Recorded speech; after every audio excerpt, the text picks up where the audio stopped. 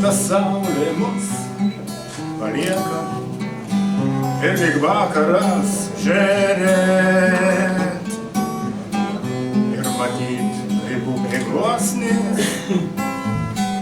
atsispindi ir lanka, ir kaip žemę ima glaustyt vakaro ranka.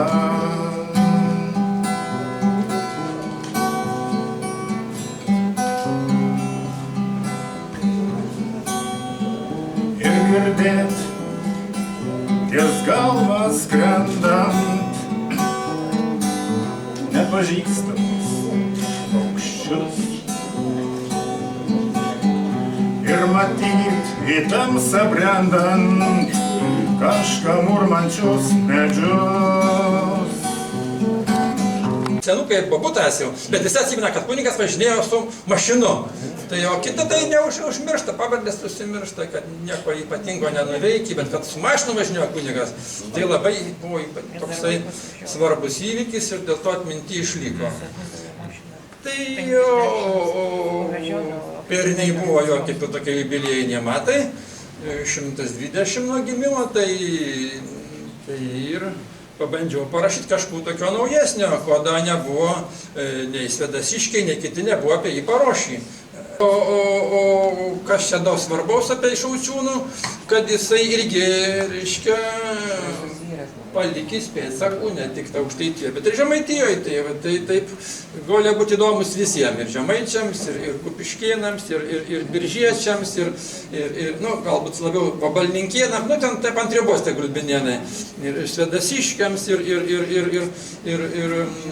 Anikštėnams, ir Rubikiuose kunigovi, visur pasireiškia žmogus. Ir Alizovoje buvęs, man tas labai svarbu, ir dėl to turiu čia pabrėžti tokį dalykų, kad šitas almanachas yra taip pusė, ne tik apie Lizovų, pusę apie šiaurinį Kupiškio rajono dolį, šiaurinį Kupiškėnų dolį. Tai yra Alizava, Palvanyta, Skopiškis, Pandėlys. Tai tiem turėtų būti įdomiausia. Kitiem gal neįdomu, šimoničiam gal bus neįdomu šis numeris. Tiek žinių.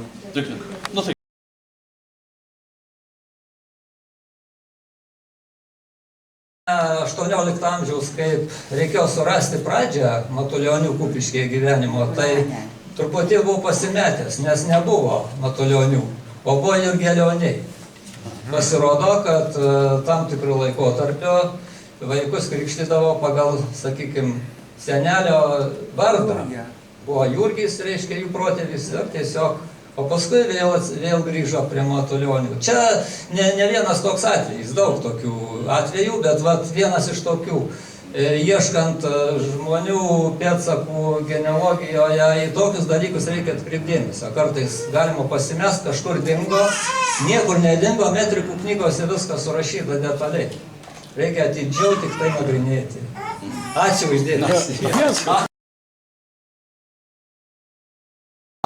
Ir dabar žiūriu pas Jokšį kaimynų, eina toks plikas žmogėlis ir kaip man Dievas dova supratimų, kad čia gal tikrai sadula. Prilakiu, sakau, ar ne sadula būsi? Tie pošiai. Sakau, taigi jūs dainininkas labai. Aha, moku. Tai sakau, gal galit užeit prieš Jokšį pas man, gal kai ku padainuosta, rytoj ateisiu. Ir atėjo ant rytojus, neturėjau nei magnetofono, neturėjau nieko, tik turėjau runkas, pieštukų ir sąsvinį. Nusbraižiau pinklinas ir be jokio muzikos instrumento mėginau atkurti tai, ko jis padainovo, natom užrašyti. O padainovo kokias 7-8 dainas ir dožadėjau nuvažiuoti. Pasvalin, ale nebenuvažiavau. Tai va šitę pažinojau šitų puikų žmogų. Ačiū. Gauta prieš kelis metus, kita sodyba sulygė prieš kelis metus, liko viena sodyba, labai įspūdinga sodyba, statytas namas 1860 metais. Tai apie tų šeimynų dar neparašiau, gal mažiau parašysiu. labai irgi įdomi šeima. Ir iš kaimo vien buvo kilę 4 kunigai iš 3 sodybų, o dabar dar vienas palikuonis prieš mėnesį išvintintas Kaune irgi kunigu. Tai ir labai įdomių žmonių, tai pačio Vaitiekūnų giminai. Ir diplomatas Vaitiekūnas, tai ne diplomatas, kaip užsienio reikalų ministerijos darbuotojas, advokatas, paskui, kaip sakau, 2 kunigai, dabar jau 3 kunigai ir Konstancija Saso. Įdomi tuo, kad jinai buvo ištekėjusi ir generolą Pečiulionio, o šiai, kadangi to Pečiulionio labai domėjausi, tai ir man viskas taip suvyja viena krovon. Ir Martinonys, ir Vaitiekūnai, ir Pečiulioniai, ir dar ten įdomių yra visokių dalykų, apie kurias pasiskaitysias. No. Sakau, įdėsiu biškį fotografijų. Pradėjau dėliot, žiūriu, kad kraštai labai vienodai apikirpti tų fotografijų, ir ne tik tos, ir kitų. Ir pažiūrėjau, kad pas mane archyve dar panašių yra, panašiais kraštais apkarpytais. Ir visos iš panašaus laikotarpio, 46, 7, 8 metai.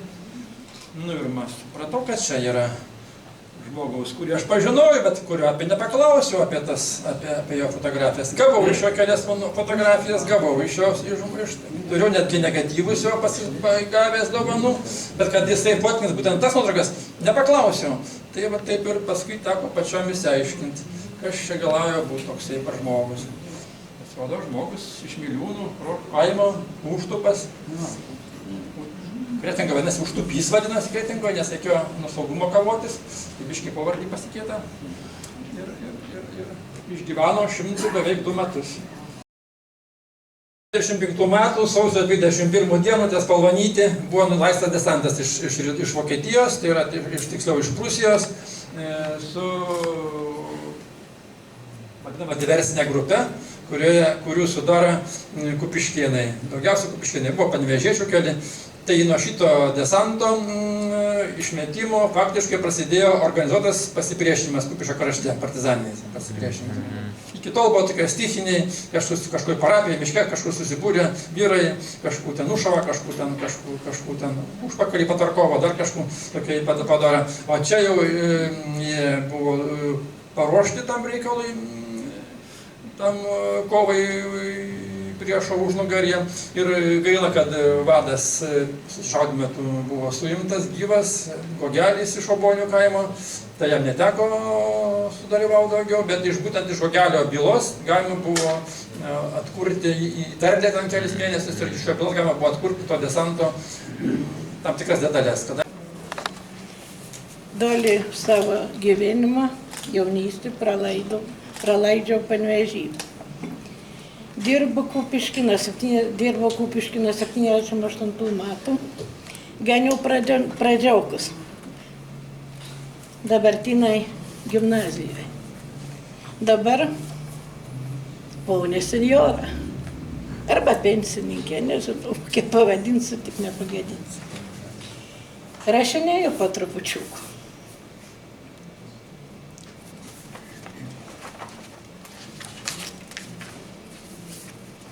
Sielos paukštis. Mikrofoną duok. Ko nerimsti, mano sielos paukštai? Ko blaškeisi po gyvenimo audras? Būk drąsus ir nebijok aukščio. Dar pasieksi saulę ir žvaigždės. Būk stiprus ir vėtras nugalėjęs. Džiaugsmą atsineši ant sparnų. Patikėk savim ir kilk į šviesą. Skrisk tenai, kur gera ir ramu. Personalinę parodą ir jinai vadinosi Mano motinyta suriktavota. Va, ten buvo, rodžiau grafikos darbus ir va dabar, kai pagalvoju, šitiek metų praėjo, laikas labai greit bėga. Va, ir ką dar noriu sakyti? Nu, žodžiu, čia mano kūryba pristatoma ir grafikos, ir tapybos darbai, ir esu labai dėkinga Vidmantui, kad jis nepamiršta.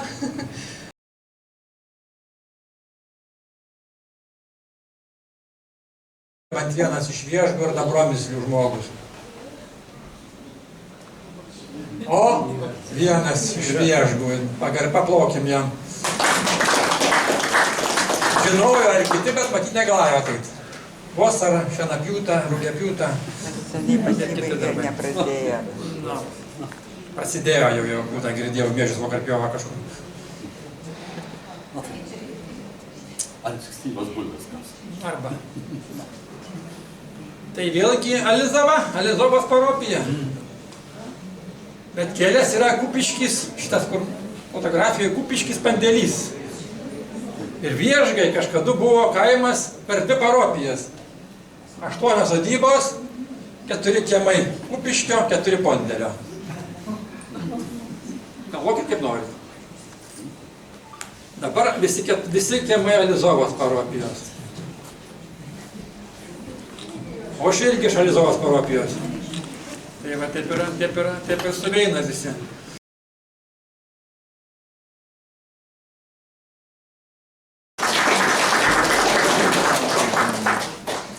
Na, aš nenoriu labai daug užsitęsti, nes jau renginys užsitęsė, bet vis tik norėčiau kai ką pasakyti. Tai